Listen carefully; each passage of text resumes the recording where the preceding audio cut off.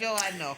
That's the Joe I know, says Carol Moseley Braun, former U.S. Senator who's been watching along with us that press conference, first formal press conference by Biden since he became U.S. president. We're also in the company of François Picard of the Foundation for Strategic Research, your latest book, The Age of the Predators, China, the United States, Russia, and Us. From Utica, New York, pollster John Zogby is with us, and France 24 correspondent Ketevan Gorjestani.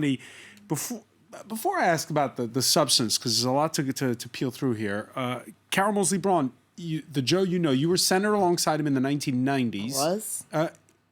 Is he different? He must be a little different, obviously. No, he's just more experienced because he's now been vice president. He finished off his terms in the Senate, and he really is. He's more experienced now and competent, and capable. He's always been competent, and capable, but now he knows the world. And he even in the Senate, he was on the Senate Foreign Relations Committee, so he worked on foreign affairs there. And so what I heard listening to this, two themes that came from his last campaign. There were three things here. The two things are, one, that he's back. America is back in terms of the world, in terms of working with allies.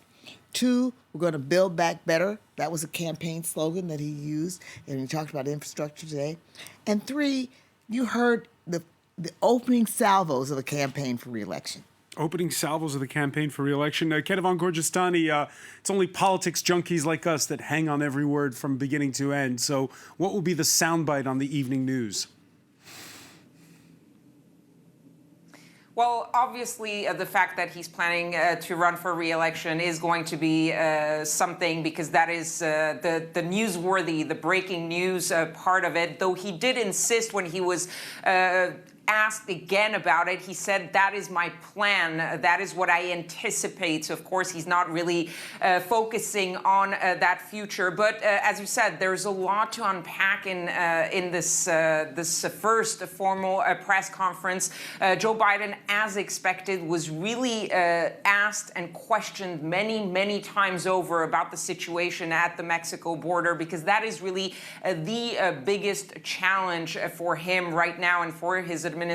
And he tried to play both sides, kind of. There was the part of Joe Biden that was trying to downplay, maybe, if you will, the situation at the border, not calling it a crisis, saying that it started under the previous administration, that these types of surges at this point in the year are usual. They happen every year. The weather, the COVID situation, the situation in those countries in Central America, all of those things make this surge not as unexpected as it seems to be. But at the same time, he did say that as much as the reasons for that surge are not in his control, he was adamant that the situation, for example, with the children being held in jail-like facilities at the border, that situation was unacceptable, and that his administration was working on getting the situation better. He said, we won't be able to fix everything right away and to fix all of it,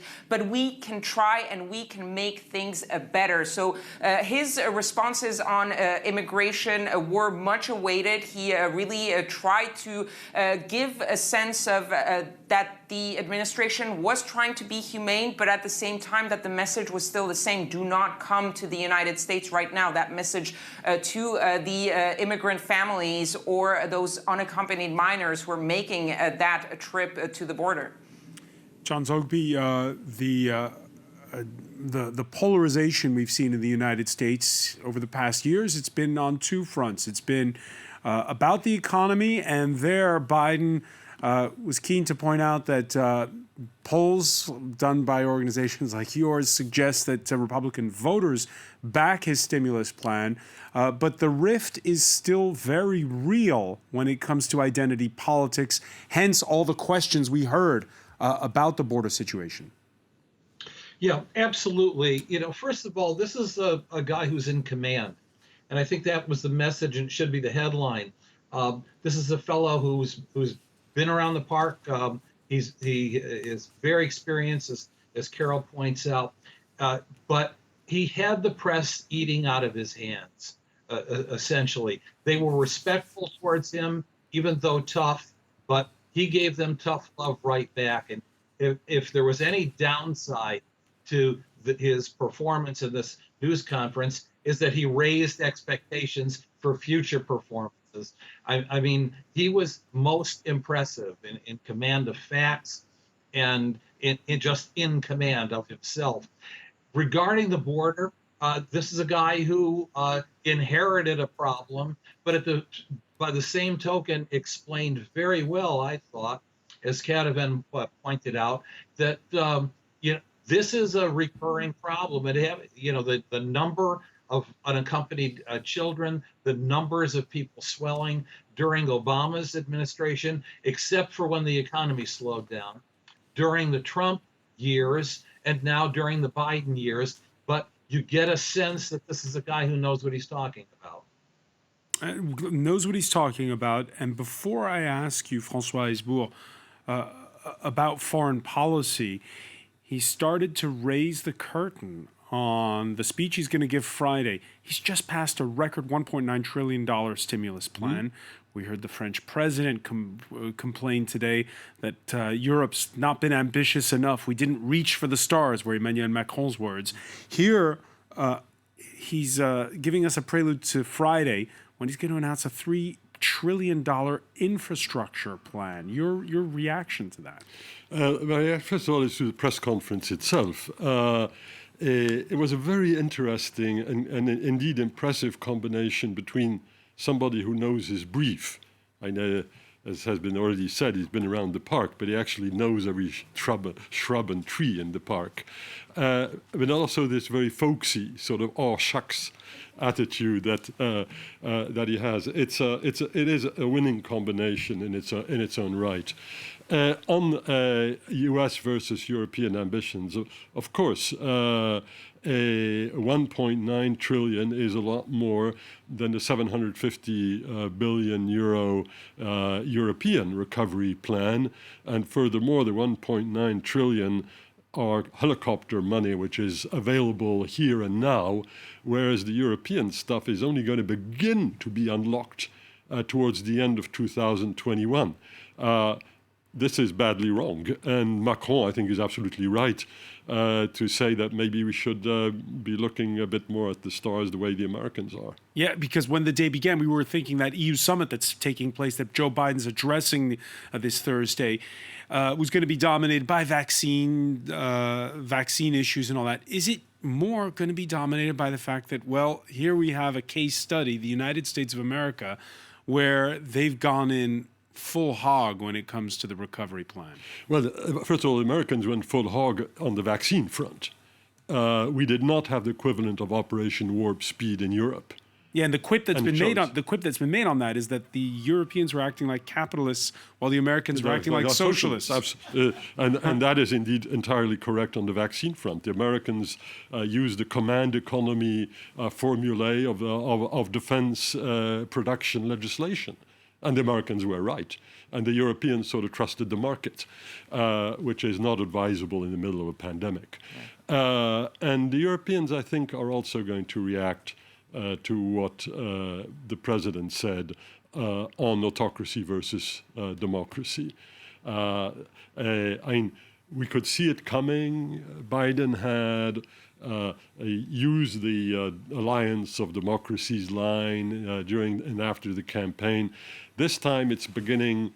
There's some flesh which is beginning to come on the bones. He said he would call a meeting at a relatively near future on this front. Yeah, so this is a big thing. He talked about a future summit bringing together democracies. Yeah, let's listen to Joe Biden and what he had to say when the question that was posed to him was about the relationship with China.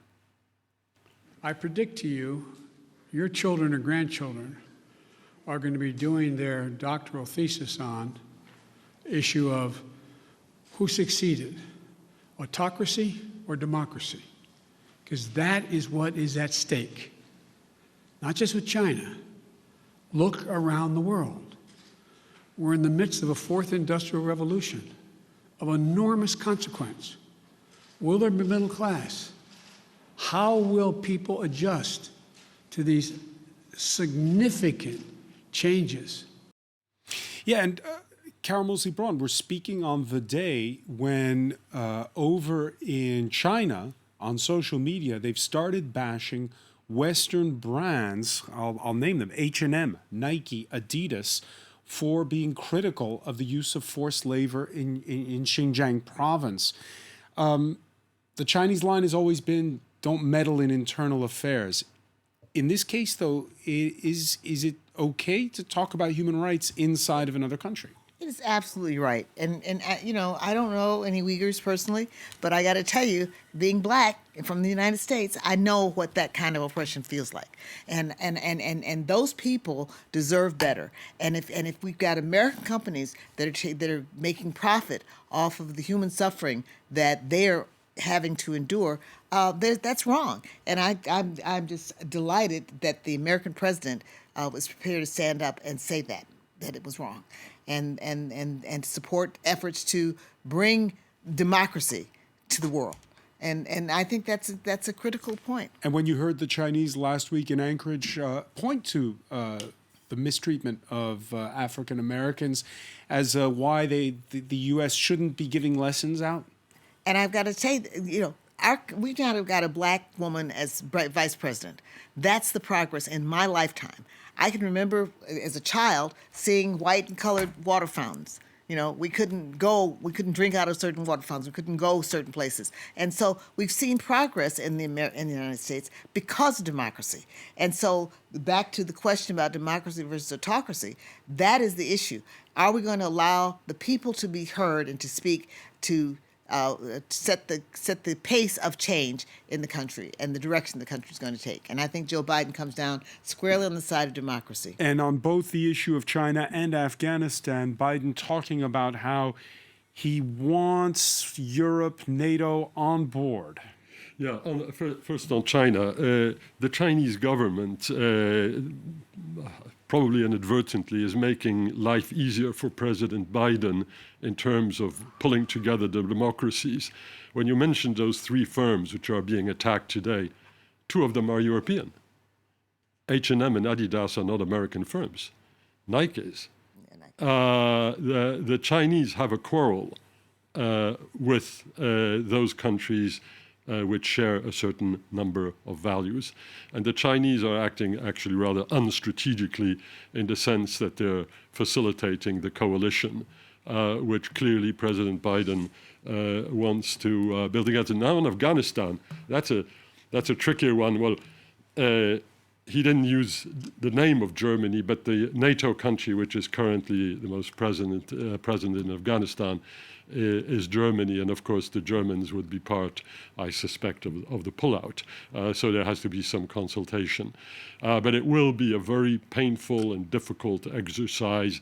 In foreign policy, as in war, there is no exercise which is as difficult as retreating under enemy fire. And this is what is happening in Afghanistan. It's a long lost war.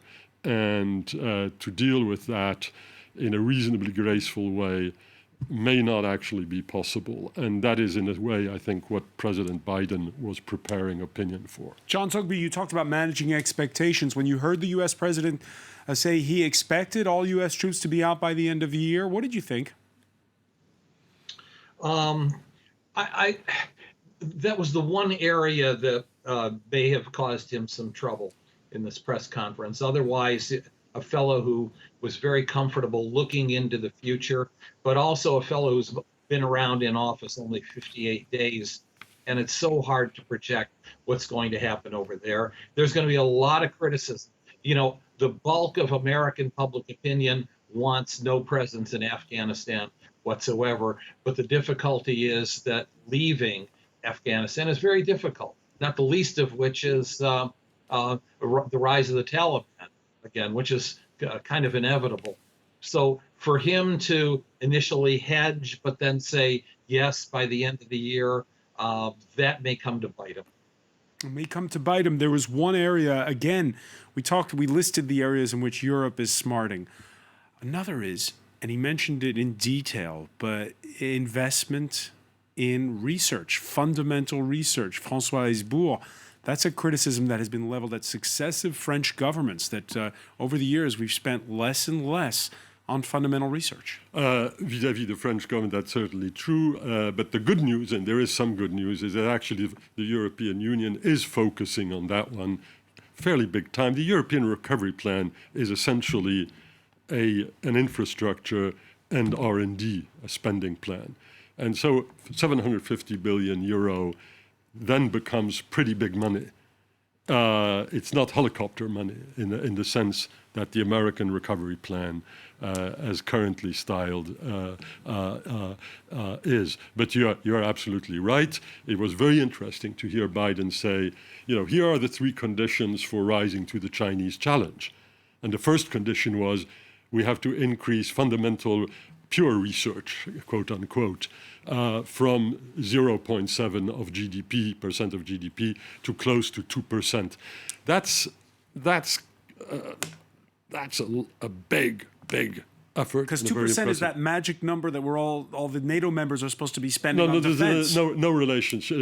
There's no. But it is a big number. It's a huge number. But it is a big number. Of course, it is a big number. Yeah. Carol Moseley-Braun, you were the first African-American female senator. That's right. And now we have the first African-American female vice president. Yes. And on Wednesday, Kamala Harris getting her first official portfolio, which is she's going to be the emissary going to Mexico, Guatemala, El Salvador, and the other countries in Central America to deal with this immigration issue. And that was, again, many of the questions in this press conference were about that. It's a formidable task. As that journalist from Univision said towards the end, you can't wave a magic wand and change the dynamic in countries where you have corruption, gangs.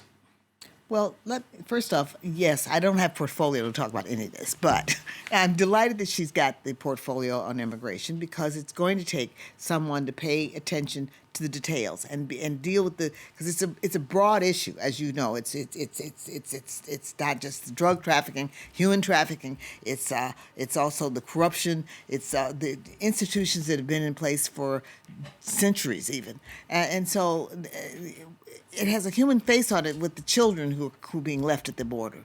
And unfortunately, the last administration had those children in cages for all intents and purposes. The American people just kind of recoiled in horror. And again, back to the democracy versus autocracy. So the question is values. And our people, this was a big issue in the campaign. This is one of the things that the last president fanned the flames of division and racism and hatred over immigration. And so it became a flashpoint, frankly, in all of political debates. And so the fact that I'm not surprised that the president received so many questions about it because it concerns the American people greatly.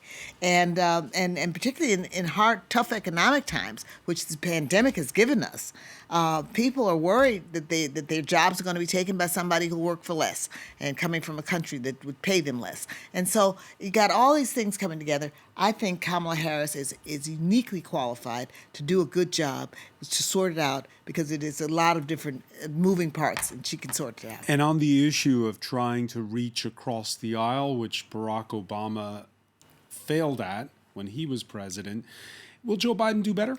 What Joe Biden said in this press conference, and I think he will do better, is that he's reaching out for Republican voters. At the end of the day, culture precedes politics. And attitudes precede politics. And John Zogby, who I remember from the old days, would testify to that. It's about people's mindsets and what they think about an issue. And so I think that's why I said opening salvo to his reelection campaign, because the fact of the matter is that Joe Biden is suggesting healing the country on these divisive issues, such as immigration. Kedevan Gorgistani, after working at the frenetic rhythm of Donald Trump's tweets, your thoughts when you watched that press conference? It was a very normal press conference. There was respect from the reporters to, when you have lived through the Trump presidency, and a lot of those press conferences and the substance of the press conferences got lost in the fights between Donald Trump and some journalists, and the headlines became more about the attacks than about the substance itself. At least in this type of press conference, you are going to the substance. We are discussing mostly the substance and not necessarily so much the form. Of course, there is going to be some criticism about whether, reporters are a little bit too weak on Joe Biden, not tough enough on some of these issues. For example, one thing that jumped to me as a reporter was that a reporter, though he didn't get a chance to do a follow-up, but asked a question about gun control, about Joe Biden saying, "Stay tuned. I'm going to do something about that because of the 2 mass shootings that we've had in the past week or so." And Joe Biden barely answered something about gun control, and then completely dodged the question to address what he wanted to talk about, which is infrastructure and previewing what he's going to be doing in Pittsburgh. But he didn't really address any of the issues about gun control, which is something very important and a huge issue here in the U.S. A huge issue in the U.S. Well, dodging the question, he's a politician still. Joe Biden, first press conference, the closing word, that will be it. Ketevan Gorgestani, I want to thank you so much for joining us from Washington. John Zogby in Utica, New York. François Picard, Senator Mosley Broughton, thank you for being with us as well. Thank you for joining us here in the France 24 debate.